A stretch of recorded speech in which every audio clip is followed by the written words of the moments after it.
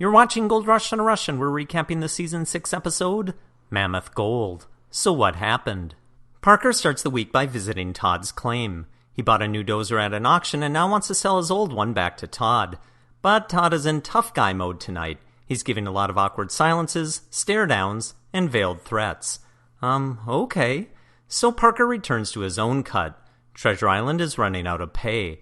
The plan is to open a new cut at the edge of their claim, called the Boundary Cut, which is the size of 17 football fields. For a brief moment we see Parker actually working on the claim, but trust me, he's not there very long. He's suddenly obsessed with beating Todd HOFFMAN.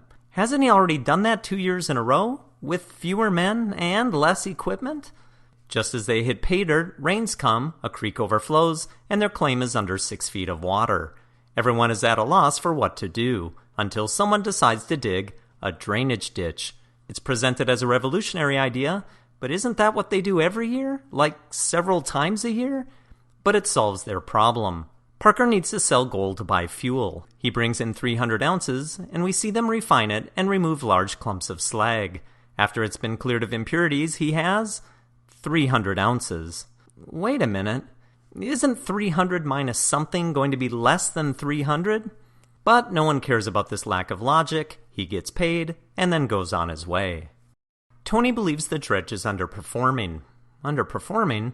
I don't know if that's a word I would use, but anyway. He goes through the tailings pile and finds it has gold. His plan is to add a spray bar and grouser bars into the trommel. We see lots of cutting and welding, winching and grunting, and soon they are up and running again. They do a clean out, and this year's slowest pour to date finds 132.85 ounces. And everyone is smiling.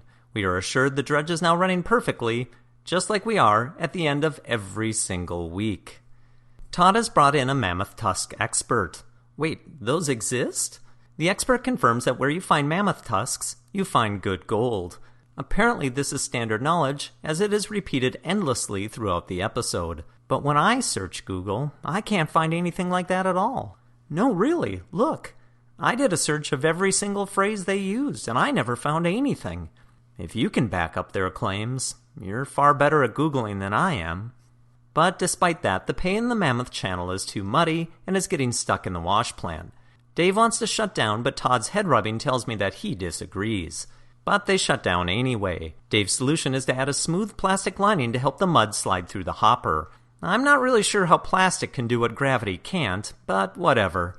Juan shows up briefly and tries to save the episode by doing installation magic. But it's only for a moment, and then they restart the plant. The mud no longer sticks in the hopper, and apparently nowhere else now either. They perform a clean-out and find 236 ounces of gold, and it's the cleanest, purest-looking gold pan they have shown us all season. I mean, there isn't even a speck of impurities. Not one. You know, only a cynical person would say that was put together just for the show. And, I guess I'm a cynical person. Tune in next time when Todd HOFFMAN reveals how he can work all day in the mud and yet keep his shirts so perfectly clean. And don't forget to watch the previous episodes of Gold Rush in a Rush.